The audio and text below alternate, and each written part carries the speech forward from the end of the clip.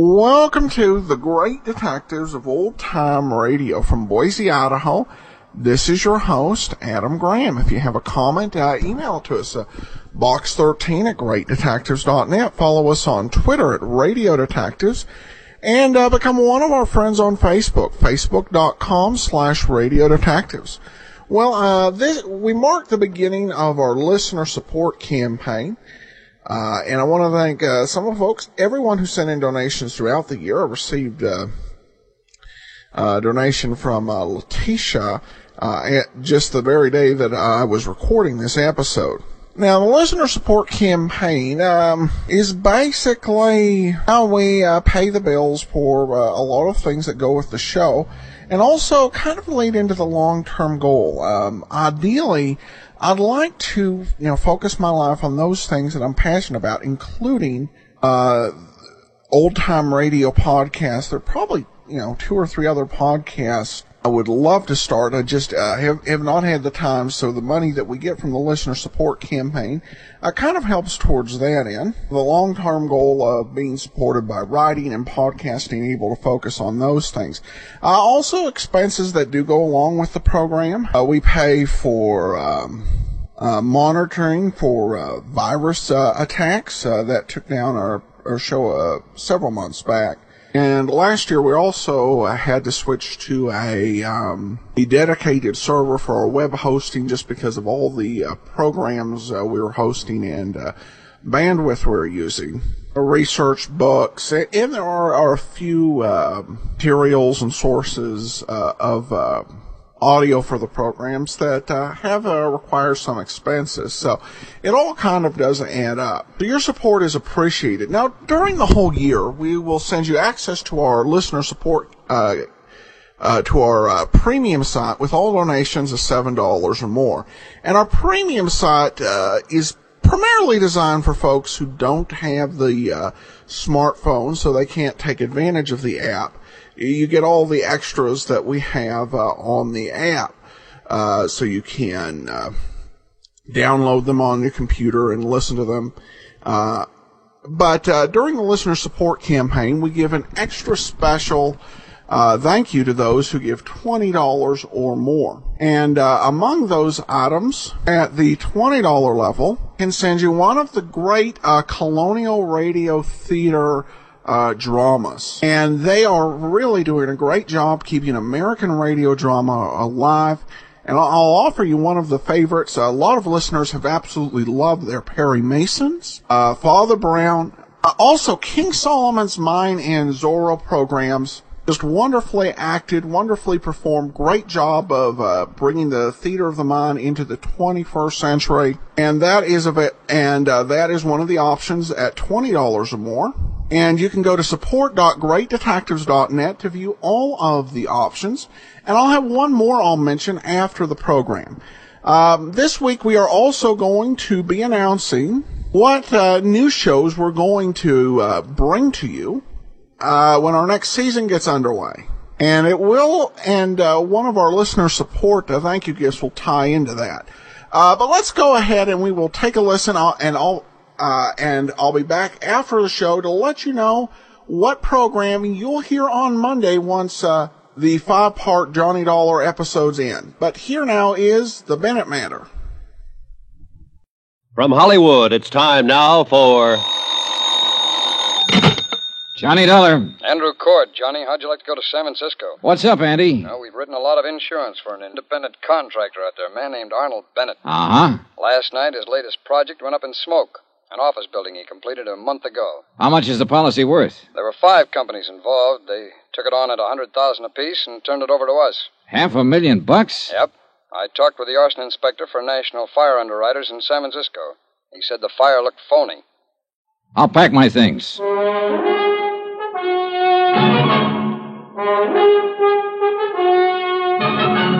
Tonight and every weekday night, Bob Bailey in the transcribed adventures of the man with the action-packed expense account, America's fabulous freelance insurance investigator. Yours truly, Johnny Dollar.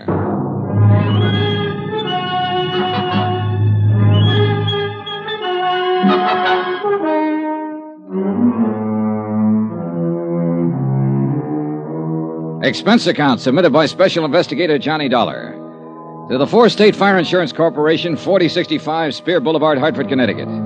The following is an accounting of expenditures during my investigation of the Bennett matter. Expense account item 1, $15, flowers for my girl. I wasn't able to keep our date. Instead, I met Four State Fire Investigator Andrew Cord at his office, and we made immediate arrangements to fly to California. Item 2, $25.06, one raincoat. Item 3, $144.15. Air transportation, Hartford, New York, San Francisco. En route, Andrew Cord filled me in on the details concerning Arnold Bennett. Oh, Johnny, as things stand now, Bennett hasn't filed claim yet, although I imagine that'll be coming through pretty fast if I know him. I met him once when he was in New York getting money to finance one of his big subdivisions. Yeah, seems I've heard of him. Oh, he's made time and life a couple of times each. Oh, yeah. When I met him, I said to myself, Andy, look well on this man. He may be the last of his kind. Oh, how's that? Well, Arnold Bennett must be past 60 now. He's been everything in his lifetime. Sailor, soldier, lawyer, financier, bootlegger, gun runner, Lord knows what all. Talked fast, worked hard, and what he couldn't get one way, he got another. All in all, he's done pretty well. It shows all over him. I didn't like him, Johnny. Well, go on. Well, maybe I was just jealous of his aggressiveness, or maybe it's that I've just heard stories of how he ran roughshod over big and little. About this new building of Bennett's that burned down. Yeah. Well, the man in San Francisco is pretty sure the fire was of incendiary origin. Well, can he prove it? Well, that'll be up to him, and you and me. Four state and national fire underwriters are going to handle the investigation. Federal, Great Atlantic, and tri-state underwriters aren't going to send any men at all. They figure it's best not to clutter things up. But proving the fire was incendiary may not be too easy, Andy. Well, we'll see when we get there. There's a standoff motive in the whole thing. We can start with that. What's that? Bennett's in financial trouble, big trouble. Taxes, so on. The fire was an out. I see. Well, who's the arson man in San Francisco? Billy Underwood. Oh, good. Bill Underwood's one of the best arson men in the business. Well, it's going to take all of us to get Bennett, Johnny. Now, we'll split it 3 ways. We'll let Underwood handle the fire evidence. You can play front force with Bennett, and I'll comb around in the financial situation. Yeah, well, we sure got our work cut out for us. But listen, Andy, you sound sort of scared of this guy, Bennett. I am, kind of. Why? Nobody's ever beat him. Expense account item 4, $7.50. Incidentals upon arrival in San Francisco. Andy Cord and I checked in at the Fairmont, then went downstairs, rented a car, and drove out to the scene of the fire. Bill Underwood was already there, had been there all day. We all shook hands, and then Underwood broke it down. Bill was a bit of a pedant, had things pretty well organized for us. Now, it's this way. The watchman on duty saw a man loitering in the vicinity of the building when he came to work at 6 o'clock. Uh-huh. 3 other witnesses remember the same man. A druggist, a filling station attendant on his way home from work, and a newsboy. Got a description? Mm-hmm. I did. Male, Caucasian, 25 to 30, medium build, approximately 170. Dark hair, dark complexioned. That's it. Have you talked to the police yet? Haven't had a chance, Billy. You know they got 8 men on this? Well, with that much of a description, it might make it easier. I sure hope so. So far, the description hasn't fitted anyone in the files yet. The newsboy swears that he saw this man sneak around the side of the building about 6 o'clock. The fire broke out about 6:30. Anybody see him leave? Mm-hmm. The newsboy says he saw him catch a bus on the corner right before the fire broke out. Might help us. But the bus driver on the line wasn't any help. He's pretty busy that time of night. Have you had a chance to go over this yet? Well, we started. I'm working with a fire inspector on it. And as soon as we come across anything, I'll let you know. We can't overlook any possibility on this, Billy. Any. Yeah. I know about Bennett. He's been out here asking me who I am, what I'm doing. He doesn't like it. Oh, he doesn't? Yeah. He learned to swear somewhere along the line. Oh, has he filed claim yet? No, we haven't heard. It's a professional firing job, I'm sure of it. You're sure? Well, I haven't got what I need in the way of concrete evidence yet, but I'll find it. Somewhere in these ashes. The place burned too well and too fast to be anything but professional. It was drafted. The fire got hot and going before anybody even spotted it. Well, this is a little out of my league, Billy. Tell me more, will you? Well, you see, an amateur will mess it up generally. It'll smoke a lot and somebody will spot it. Now, a bug, a nut, he'll do as good a job as a professional. Oh? But he'll stick around and watch it burn. Stand a good chance of getting caught. He might even call up somebody and tell him how happy he is. But this bird, the one the newsboy saw getting out of here fast, well, he sounds like he knows his business. It's business with him. Then it'll be my job to connect him and Bennett somehow. And that's the tough part. Yeah. All I got to do is play around in the ashes. Oh, Johnny. Yeah. Watch your step with Bennett. Sure. He doesn't care about anybody.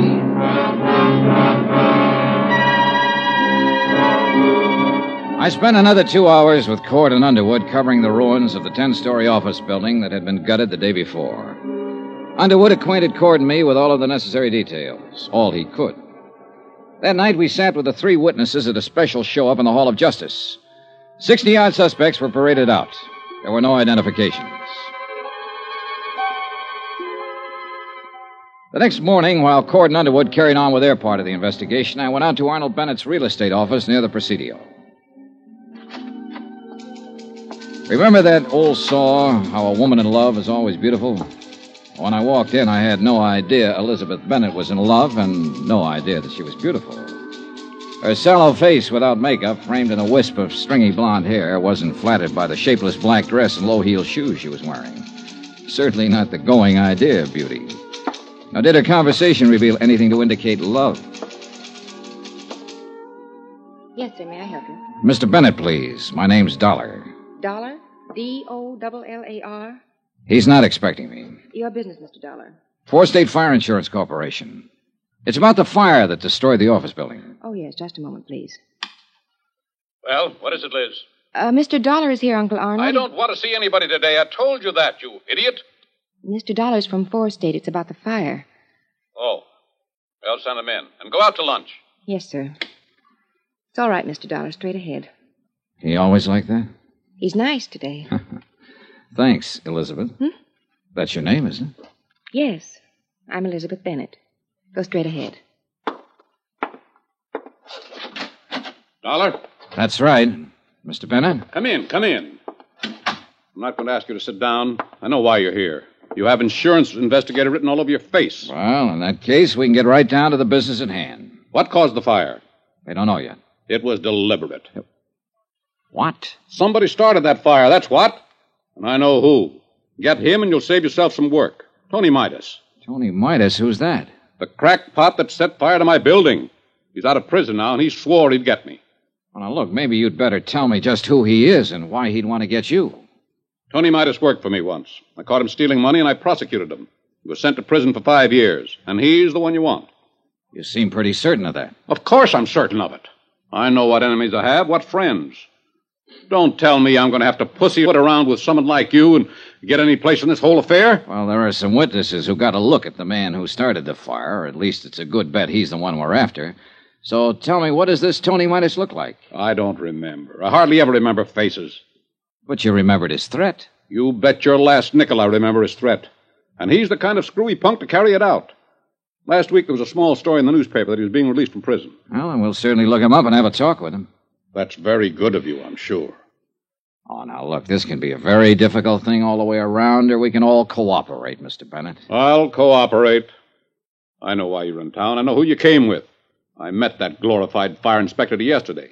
Underwood. You people don't fool me, and I'm not trying to fool you. Get Tony Midas, and you've got your man. Did you tell the police about Midas? No, I was waiting for some bird like you to walk in here with your high-handed attitude. Now I've told you, now you can get out and get busy looking for him.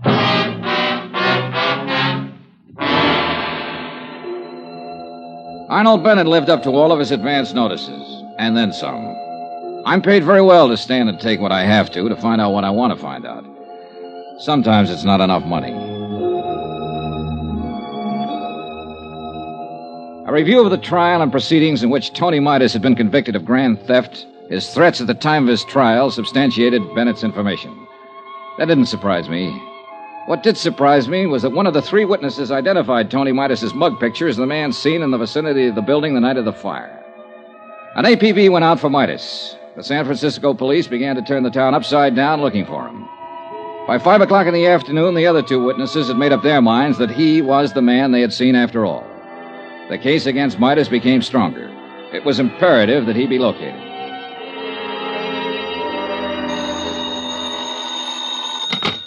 Johnny Dollar. This is Elizabeth Bennett, Mr. Dollar. Remember in my uncle's office? I remember. Mr. Dollar, you're looking for Tony Midas, aren't you? You don't have to answer. I know you are. I think I can help you find him, but he's not the one you're looking for. Look, if you turn him in... Let me finish, and then we'll talk about him. I live at 1038 Murata Drive. I'll be home in an hour. We can talk there. 2 minutes later, when I was putting on my coat, I received another phone call. This one from Bennett's lawyer. He advised me that Arnold Bennett had filed claim and would bring suit if his claim was not honored in the prescribed length of time. I thanked him for the information and went downstairs, began to look around for a cab. A police car careened into the driveway, and a familiar hat on top of a familiar head leaned out. Hey, Johnny! Yo! Yeah, Andy Cord. Hustle up, kiddo. Hop in. Okay. It's Inspector Truck and Inspector Kane. Hi, what's up? Somebody shot Arnold Bennett 10 minutes ago.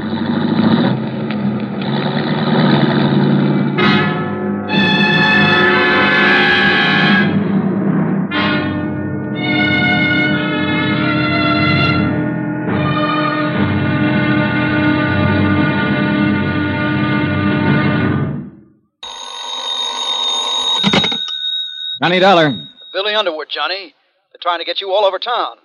The hotel said to call you at this Skyline number. I'm out at Arnold Bennett's house. He's been shot. What? That's right. Well, who shot him? Don't know yet. Think I'm a transfusion here before they take him to the hospital. Uh-huh. Look, Johnny, I got something to show you. Yeah, what? Some ashes we just analyzed. The Bennett building was fired by a pro. He used celluloid and a wick made out of paraffin. I can prove it. I hope Bennett lives to hear that.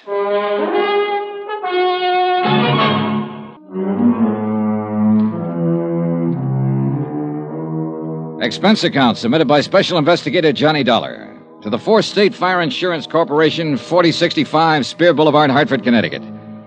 The following is an accounting of expenditures during my investigation of the Bennett arson fraud. Arnold Bennett was removed to the hospital where he was given a 50-50 chance of recovering from a .38 slug that had entered his chest. There was no weapon lying about and no witnesses in the remote, hilly section of San Francisco where he lived to give any information concerning the attempted murder. The police were more anxious than ever to find Tony Midas, the man Bennett had put the finger on earlier. Their reasoning was that if he could burn down a building worth $500,000 to get back at Arnold Bennett, he also might shoot him. I told Andy Cord about Underwood's findings when the police car got us to the scene of the shooting.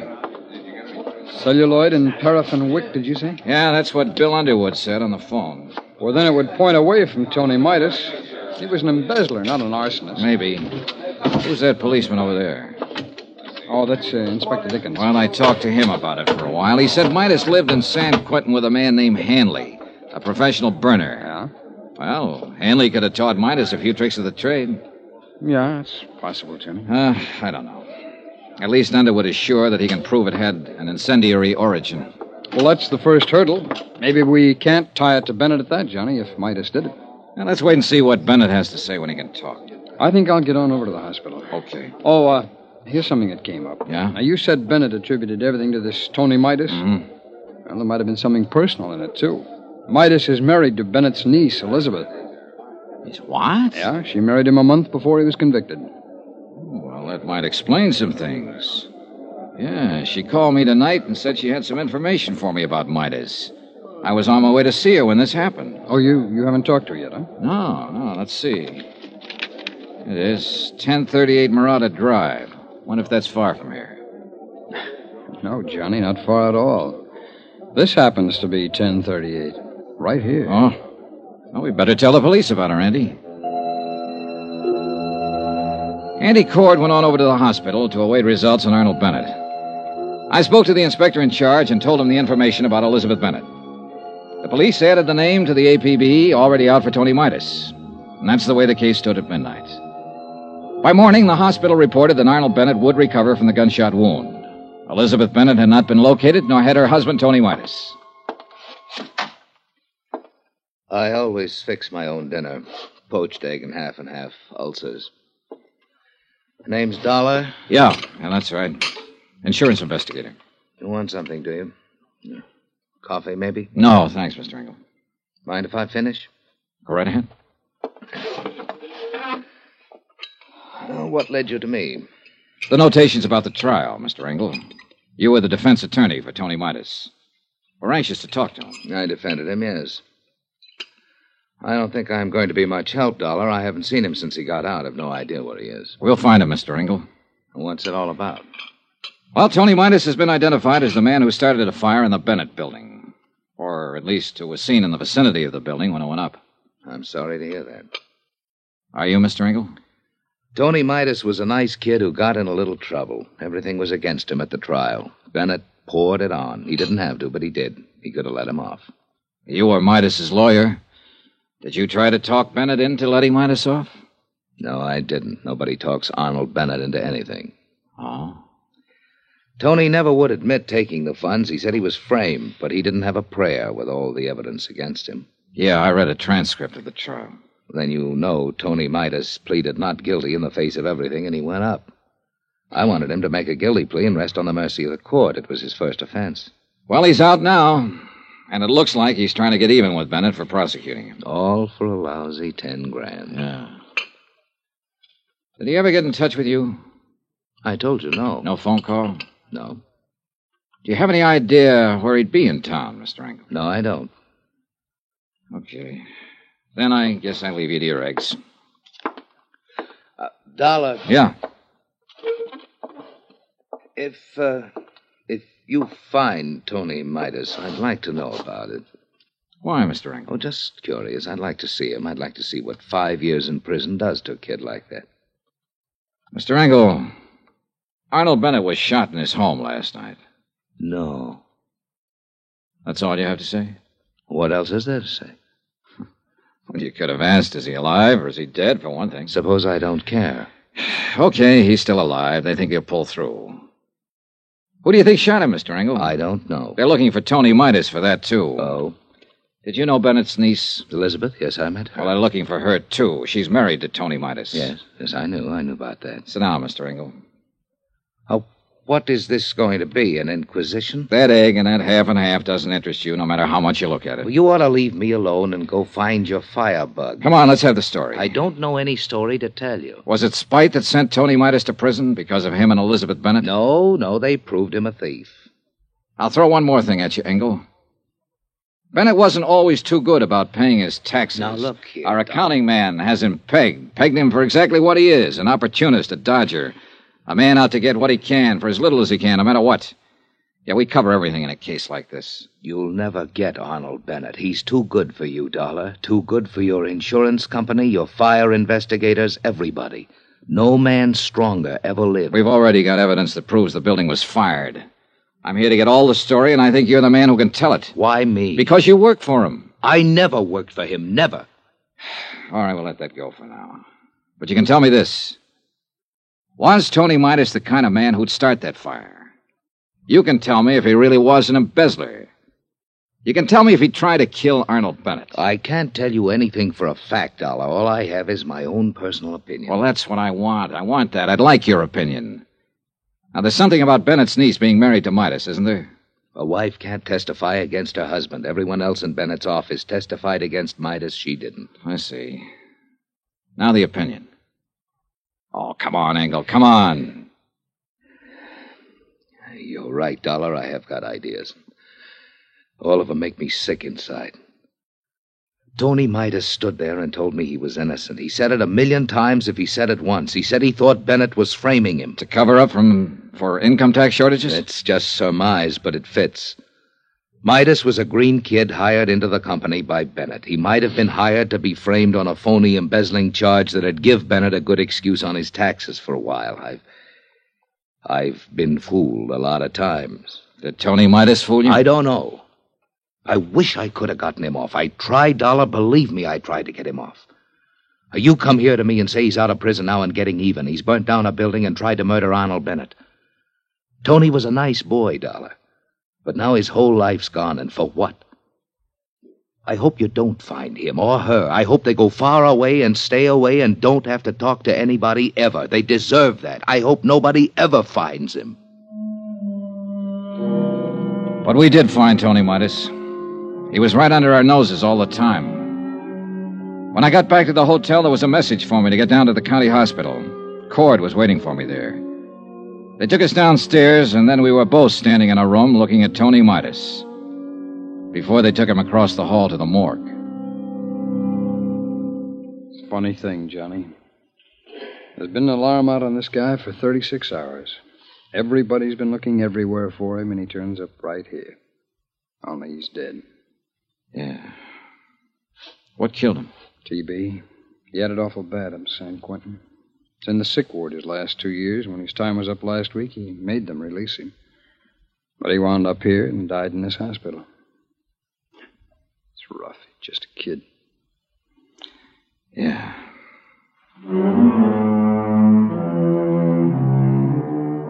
Up until that time, there had been some kind of a case against Tony Midas. But obviously, since he had been dead almost 2 days, it was impossible to connect him with the attempt on Arnold Bennett's life and the firing of the building. So we were right back where we started from, trying to make a case against Arnold Bennett, who still lay in his hospital room and refused to talk to anybody who came near him. All right, Johnny, now what? Bennett's going to be hard. We're going to have to work around him. His niece is the best opening I can think of. But where is she? Police haven't located her yet. No, not a trace. Andy, she had some information for me when she called last night. I still want to get it. Hello, Bill. We got a break. George Foley's in town. Who's that? Best celluloid and wick man in the country. If you happen to want a building burnt down. One of the policemen at the hospital spotted him in the lobby trying to see Arnold Bennett. That'd tie it, Johnny. Where is he now? They followed him to an address on Barengo Street. They aren't going to move in until we decide something. 12 minutes later, Andy Cord, Bill Underwood, and I were standing in front of a decrepit-looking boarding house on Barengo Street talking to the 3 policemen from the San Francisco Police Department. Dollar? Underwood? Hi. Hey, what's the story, officer? Well, the way we see it, Foley's still trying to get part of his money for burning the building. He took a chance coming to the hospital tonight to see Bennett. No kidding. He'll probably make another try. You boys have more at stake here than anybody. If you want to talk to him, try to make a deal with him to turn on Bennett. Now's the time. Now, what do you say, Johnny? Oh, wait a minute. We aren't sure of anything about him. Well, he fills the bill, Johnny. Paraffin and wick jobs are few and far between. With nothing more than that, I'd stake my rep on Foley being our boy. For what it's worth, all 3 witnesses now pick his picture instead of Midas. Oh, well, a good defense attorney, get that thrown right out. What do you want to do? Oh, well, let's shake him up a bit, okay? Go ahead. We'll be covering the back and front. Come on.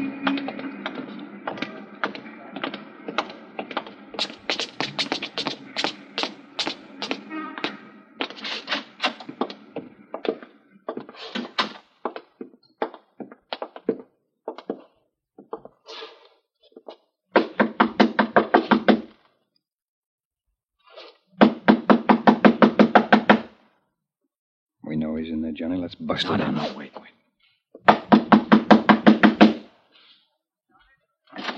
Watch out, Andy!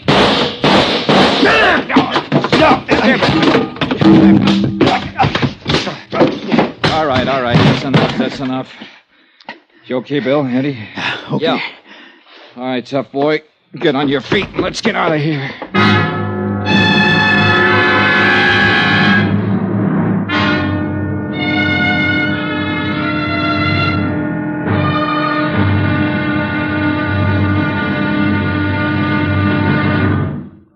Now, here's our star to tell you about tomorrow's intriguing episode of this week's story. Tomorrow, we have an arsonist right in the palm of our hands, with very surprising results. Join us, won't you? Yours truly, Johnny Dollar.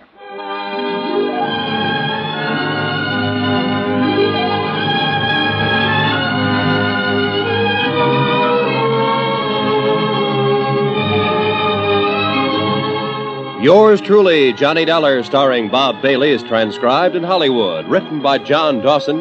It is produced and directed by Jack Johnstone. Be sure to join us tomorrow night, same time and station, for the next exciting episode of Yours truly, Johnny Dollar. This is Roy Rowan speaking.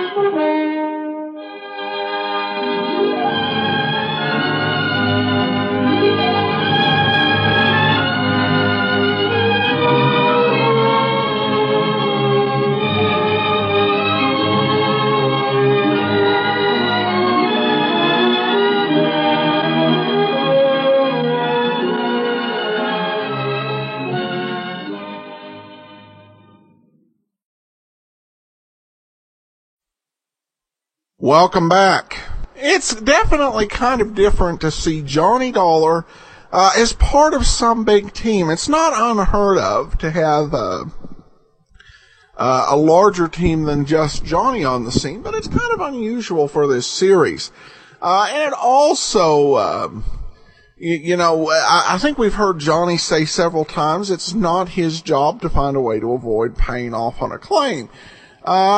Some skeptics of insurance companies might say, this would kind of prove otherwise. But in this case, they're dealing with a crafty operator, and they're down one red herring. But it's a question now if they can tie the firebug back to Mr. Bennett. Of course, we've got 3 more episodes to wrap this up on, and we'll bring them to you on Wednesday. All right.